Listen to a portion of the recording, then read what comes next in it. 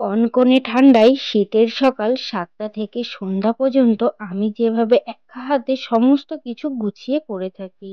নমস্কার আমার প্রিয় সকল বন্ধুরা, আমি ঝর্ণা। আমার ঝর্ণা লাইফস্টাইল চ্যানেলে সবাইকে স্বাগত জানাই। সকাল সকাল দুধ উতলানো দিয়ে ভিডিওটি শুরু করছি। আশা করছি আজকের দিনটা তোমাদের সব্বার ভালো কাটুক, আর সাথে আমারও। এদিকে সকালবেলা তো গ্যাসে ভাত বসিয়ে দিয়েছি প্রেসার কুকারে, আর তারপরে চলে এসেছি ঘরের ভিতরে গুছিয়ে নেওয়ার জন্য। আর বাইরের আশেপাশে সমস্ত কাজকর্ম কমপ্লিট। তো এইদিকে সবার প্রথমে বেডশিটটা তুলে নিচ্ছি। আর ঘরের ভিতরে যখন সকালবেলা ঢুকি না, প্রায় আধা ঘন্টা থেকে 1 ঘন্টা লেগে যায় ঘরটা গুছিয়ে বেরোতে। কারণ যে সমস্ত আসবাবপত্র আছে সবকিছু না ওই রোজ সকালবেলা আধা ঘন্টা টাইমের মধ্যে ক্লিনিং করে থাকি। তো সেই টাইমটায় আমার আধা ঘন্টা ঘরের ভিতরে লেগেই যায় রোজ সকালে। আর এইদিকে আজকে ওই আগের বিছানাটা তুলে তারপরে আজকে একটা নতুন বেডশিট পেতে নিচ্ছি। দেখবে যদি বেডরুমটা ক্লিনিং থাকে তাহলে ঘরে ঢোকার সাথে সাথে না মনটাও বেশ ভালো হয়ে যায়। আমি সবসময় চেষ্টা করি যে ঘরটায় থাকবো আর কি সেই ঘরটা সুন্দরভাবে গুছিয়ে রাখার। কিন্তু সবসময় তো পেরে ওঠা যায় না, কারণ আমার সোনা পাপা যেহেতু ছোট আছে, ও সবসময় কি করে জানো তো, ওর জামা কাপড়গুলো বের করে ও মানে আর কি খেলা করে। তো যতটুকু পারি ওকে সামলিয়ে ঘর বাড়ি পরিষ্কার পরিচ্ছন্ন রাখার। তো বন্ধুরা, আমার ভিডিওগুলো তোমাদের কেমন লাগে অবশ্যই কমেন্টে জানিও। আর যদি ভিডিও কোথাও খারাপ বানিয়ে থাকি বা খারাপ কিছু বলে থাকি অবশ্যই সেই কথাগুলো আমাকে ধরিয়ে দিও বা বলে দিও। চেষ্টা করব সবসময় ভালো ভিডিও দেওয়ার। জানি না কতটা কি সাকসেস হতে পারবো, কিন্তু চেষ্টা করছি এইভাবে ভিডিও চালিয়ে যেতে। আজ 2টো বছর হয়ে গেল, এখনো না ঠিকভাবে সাকসেস হতে পারিনি। তো চেষ্টা করছি, জানি না কবে পারবো ঠিকঠাক সাকসেস হতে। আর এইদিকে দেখো তোমাদের সাথে কথা বলতে বলতে আমার পুরো বেডশিট মানে পাতাও কমপ্লিট, আর বিছানাটাও পুরো ঘরটা গোছানো কমপ্লিট হয়ে গিয়েছে। তো সকালবেলা উঠে এই যে আগে সবার ফার্স্ট কাজ থাকে বাসি কাজ বাজ করে তারপরে এই ঘরটা সুন্দর করে গুছিয়ে নিবে। আর এই যে আনালার ওপরে যে লাইটটা দেখছো ওটা কিন্তু আমার বড় মশাই নিজে বাড়িতে লাগিয়েছে, তো খুব পছন্দ হয় এই লাইটটা। আর এই যে আমার ঘরটা ছোট্ট একটা ঘর আমাদের, তো এই ঘরের ভিতরে আমার শখের সমস্ত জিনিস গুছিয়ে রাখি আর কি। আর এইদিকে কালকে রাত্রেবেলা হচ্ছে হাজবেন্ড আমার জন্য দুটো নাইটি এনে দিয়েছে। তো নাইটির দুটোর কালার দেখো, একটা হচ্ছে লাল কালার আর একটা নীল কালার। তো যে ওটা হচ্ছে মানে এই যে নীল কালারের যে নাইটিটা দেখছো ওটা কিন্তু বেগুনি কালার দেখাচ্ছে, কিন্তু নাইটিটা একদমই বেগুনি কালার না, ওটা হলো নীল কালার। আর এই যে এটা হলো লাল কালারের একটা নাইটি, হাতা লম্বা আর ইয়ার গলা। তো হাজবেন্ডকে বলেছিলাম, ও এনেছে ওর পছন্দ মতন, মানে ওর যেটা ভালো লেগেছে তো সেটাই এনেছে। আর দোকানে গিয়ে আমার কাছে তো ভিডিও কল করেছিল, আমি একটু দেখে নিয়েছিলাম। এদিকে হাজবেন্ড নিয়ে এসেছে, সেটা হচ্ছে ভালো তো হবেই। আর যদি কোনো জিনিস আমাকে গিফট করে, সেটা হাজবেন্ড হোক বা কেউ হোক, যদি কখনো কেউ গিফট করে তো সেটা না আমি কখনো খারাপ বলি না। কারণ আমার সত্যি ভীষণই পছন্দ হয় যখন মানে কেউ কোনো জিনিস আমাকে গিফট করে, খারাপ বলার কোনো কথাই হয় না। আর এইদিকে দেখো এই যে এই নাইটিটা, এটা কিন্তু ফোনে একটু অন্যরকম কালার দেখাচ্ছে, কিন্তু এটা হচ্ছে এইরকম এক কালার না, কালারটা একটু অন্যরকমই দেখাচ্ছে। আর এটা হলো হচ্ছে হাফ হাতা, মানে হাফ হাতা মানে ওই যে গ্লাস হাতা বলে যেগুলো, সেই গ্লাস হাতা। আর হচ্ছে এই নাইটিটা হচ্ছে ইয়ার গলা এটাও। তো নাইটিগুলো এতটা পরিমাণে লম্বা এনেছে, আমি কিন্তু ফোন করে বলেই দিয়েছিলাম যে নাইটিগুলো যেন খুব একটা লং না হয়, শর্ট নিও। তো তার বলার সত্ত্বেও অনেকটা মানে হাইটে নিয়ে এসে ফেলেছে। তো যাই হোক, এই দুটো নাইটি কেমন লাগছে অবশ্যই কমেন্টে জানিও। আর কালার দুটো কেমন হয়েছে অবশ্যই জানিও কিন্তু। এইদিকে নাইটির ছাপাগুলোও না খুব ভালো ছিল, আমি ওকে বলেছিলাম একটু কুচো কুচো ছাপা নিতে, কারণ কুচো ছাপা নাইটি পরলে না দেখতে বেশ ভালো লাগে দূর থেকে। ওইদিকে সকালবেলা সোনা পাপা স্কুল থেকে বাড়িতে চলে এসেছে, বাড়িতে এসে সোনা পাপাকে এখন খাইয়ে দিচ্ছি। আর এখন এই ভিডিওটা দেখছো, এই ভিডিওটা কিন্তু অনেক আগের, মানে যখন এই ভিডিওটা করেছিলাম তখন আর কি শীত ছিল। এখন যেহেতু একটু গরম পড়ে গিয়েছে, আর যখন এই ভিডিও ক্লিপগুলো নেওয়া ছিল তখন শীত ছিল। তো ঠান্ডার কারণে হচ্ছে ছাদে চলে এসেছিলাম ভাত নিয়ে, আমি, হাজবেন্ড আর হচ্ছে সোনা পাপা। আর মাকে দেখতে পাচ্ছ না কারণ মা বাড়িতে নেই, মা গিয়েছে একটু মামার বাড়িতে, মানে আমার মামা শ্বশুর বাড়িতে ঘুরতে গিয়েছে।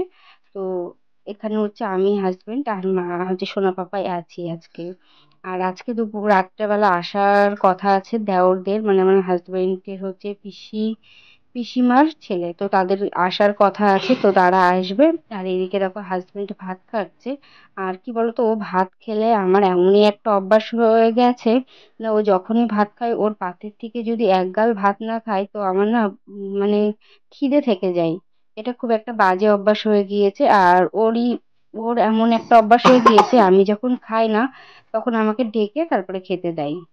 আর এইদিকে খাওয়া দাওয়া করে তারপরে সকাল সকাল হচ্ছে জামা কাপড়গুলো কেচে চলে এসেছি ছাদে মেলে দিতে। কারণ কি, একটু বেলা হয়ে গেলে মানে একটু দেরি হয়ে গেলে রোদটাও তো বেশিক্ষণ থাকবে না, জামা কাপড়গুলো খুব একটা শুকাবে না। তার জন্য সকাল সকাল চলে এসেছি ছাদে। আর এই যে এখন শীতটা যেহেতু কমে গিয়েছে তার জন্য এই যে চাদর ছিল দুটো, মায়ের একটা চাদর আমার একটা চাদর, সেই চাদরগুলো সব কেচে সুন্দর করে আর কি এবার গুছিয়ে রাখবো, কারণ যেহেতু শীত চলে গিয়েছে আর লাগবে না এই ভারী ভারী চাদরগুলো, সেই জন্য।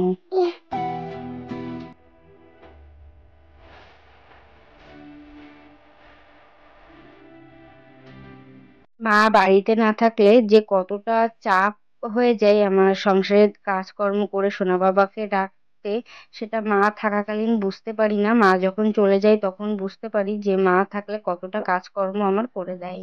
এইদিকে দুপুরবেলা রান্না করব বেগুন আর গলদা চিংড়ি ছিল, কটা গলদা চিংড়ি নিয়েছি আর আলু দিয়ে।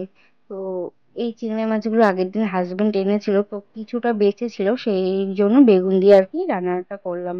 বাড়িতে অন্য কোনো সবজি নেই আর চিংড়ি মাছের সাথে বেগুন তো ভালোভাবেই যায়, সেই জন্য। আর এখানে আছে কুমড়ো আর মটরশুঁটি সোনা পাপার জন্য আলাদা, কারণ সোনা পাপার যেহেতু অ্যালার্জি সমস্যা, বেগুন খাওয়া নিষেধ। তো সোনা পাপার জন্য আলাদা করে হচ্ছে কুমড়ো আর মটরশুঁটি রান্না করেছিলাম। আর এইদিকে দেখো কতগুলো আটা হচ্ছে লেচি কেটে নিচ্ছি, কারণ কি অনেকটা আটা চটকিয়েছি। আজকে বলেছিলাম না তোমাদেরকে, ওই যে দেওরেরা আসবে, তো সেই দাদারা এসেছে, তো তার জন্য হচ্ছে রাত্রেবেলা রুটি আর মাংস হবে, সেই জন্য ওরা রান্না করে মানে আর কি ওরা গিয়েছে মাংস আনতে, আর আমি এদিকে রুটিটা করে নিচ্ছি, কারণ একা হাতে সমস্ত কাজকর্ম করব তো একটু লেট হয়ে যাবে। তার জন্য সন্ধ্যাবেলায় রান্নাটা বসিয়ে দিয়েছি। আর আমি এই শিলের ওপরে রুটিটা বেলি, কারণ কি না আমার বাড়িতে পিঁড়ি নেই। তো মানে রুটি বেলার যে পিঁড়িটা থাকে সেই পিঁড়িটা নেই, সেই জন্য এই শিলের ওপরে মানে আর কি আহ, রুটিগুলো বেলে নিই। তো শিলের উপরে রুটিগুলো বেলতে বেলতে একটা অভ্যাসই আলাদা রকম হয়ে গিয়েছে, মানে শিল ছাড়া অন্য কিছু হলে না ওই রুটিগুলো সঠিকভাবে বেলতে পারি না। তো যাই হোক, এখানে এক এক করে অনেকটা রুটি বেলে নিয়েছিলাম, প্রায় 30 থেকে 35 পিস রুটি করেছিলাম। তো একা হাতে সমস্ত কিছু চটকিয়ে তারপরে রুটি করা, মাংস করা, আবার সোনা পাপা তো আছেই, সবকিছু রান্না বান্না করতে গিয়ে খেতে প্রায় 10টা থেকে 11টা বেজেই গিয়েছিল। কারণ একা হাতে সমস্ত কিছু করছি, মা যেহেতু বাড়িতে নেই, আর মা বাড়িতে থাকলে মা তো সোনা পাপাকে রাখতো অথবা রুটিগুলো বেলে দিত, একটু কষ্টটাও কম হতো। আর আগে যখন আমি রুটিগুলো করতাম তখন না আমি মানে প্রথম প্রথম যখন রুটি করতাম আমি রুটি বেলতে পারতাম না সঠিকভাবে আর কি, চটকাতেও পারতাম না আটাটা। তো এখন আস্তে আস্তে সবকিছু শিখে গিয়েছি। তো যাই হোক, এটাই মেয়েরা বাপের বাড়ি থেকে কিছু শিখে আসে না, মানে শ্বশুর বাড়িতে এসেই কিন্তু। যাই হোক, এদিকে সোনা পাপাও কথা বলছিল, তার জন্য ভিডিওটা মানে ভয়েসটা অফ করে দিয়েছিলাম। আমরা মেয়েরা কিন্তু বাপের বাড়ি থেকে কিছু শিখে আসি না, শ্বশুর বাড়িতে এসেই কিন্তু সমস্ত কাজকর্ম শিখতে হয়।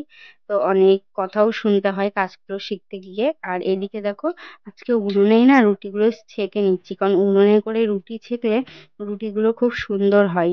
তার জন্য আর অনেকটা রুটি করব, তো গ্যাসটা ধরাইনি, উনুনেই আর কি করে নিচ্ছি। একসাথে 3-4টে করে রুটি দিচ্ছি, দিয়ে তারপরে রুটিগুলো উনুনে মানে ছেঁকে নেবো আর কি। এই সংসারে এসে একটাই কথা বলার আছে, আমার শাশুড়ি মা না আমাকে কিন্তু সবকিছুই শিখিয়ে নিয়েছে। যখন আমি এই বিয়ে করে এসেছিলাম তখন আমি কিচ্ছুটি পারতাম না, মানে একটা সংসারের কোনো কাজই পারতাম না, সবকিছু কিন্তু শাশুড়ি মা শিখিয়েছে। আর শাশুড়ি মা আমাকে বলেছিল আর আমি করেছিলাম বলেই আজকে কাজগুলো কিন্তু শিখতে পেরেছি। হয়তো সে আমাকে কখনো খারাপ কথা বলেনি কাজের জন্য, কারণ খারাপ কথা বলার জায়গাটা না আমি রাখিনি, কারণ উনি যে কাজটা আমাকে বলতো আমি না পারলেও সেটা করার চেষ্টা করতাম। তার জন্য আজকে হচ্ছে এতটা ভালো কাজ শিখতে পেরেছি মায়ের কাছ থেকে। আর এখনো শেখার বাকি আছে, কারণ আমাদের তো মানে কাজ শেখার কোনো বয়স লাগে না, তো এখনো মায়ের থেকে অনেক কাজ শেখার বাকি আছে। আস্তে আস্তে মা শিখিয়ে দেবে আর আমিও চেষ্টা করব। আর এইদিকে দেখো রুটিগুলো হচ্ছে আগুনে করে ছেঁকে নিচ্ছি, আর এই যে ওরা হচ্ছে চলে এসেছে। বাজার থেকে, আর আসার সময় ফুচকা এনেছিল। তো এখানে আমার জন্য ফুচকাও দিয়েছে, আমি রান্না করছি আর ফুচকাটা খাচ্ছি। তো ফুচকা অনেকদিন বাদে আর কি খেয়েছি। খুব একটা খাওয়া হয় না, কারণ আমার যেহেতু বাইরের খাবার দাবার খাওয়া বারণ আছে, সেই কারণে না আমি বাইরের খাবার খুব একটা খাই না। যখন আর কি মানে খেতে হয়, ইচ্ছা করে, তখন মাঝে সাঝে খেয়ে থাকি। আর এইদিকে দেখো মাংস এনেছে, এটা হলো কিসের মাংস বলো তো তোমরা? জেনে থাকলে অবশ্যই কমেন্ট বক্সে জানিও। আর এইদিকে দেখো মাংসটা হচ্ছে কষানো হয়ে গিয়েছে। এবার তারপরে এতে মানে জলটা দিয়ে দেবো, দিয়েই আর কি খাওয়া দাওয়া শুরু করে দেবো। এই মাংসটা রান্না করতে করতে প্রায় 9টা বেজে গিয়েছিল। ওইদিকে তো সবাই বসে আছে কখন রান্নাটা হবে, খাওয়া দাওয়া করবে।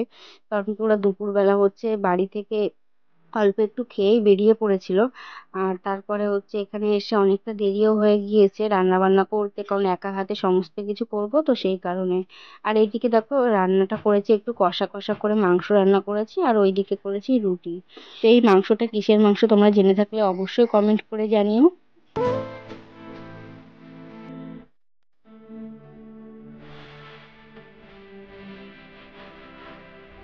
এইদিকে দেখো থালার মধ্যে আর কি সবকিছু সাজিয়ে নিয়েছি, মানে রুটি, শসা, পেঁয়াজ, আর আছে মাংস। তো 3টে থালায় বেড়ে নিয়েছি।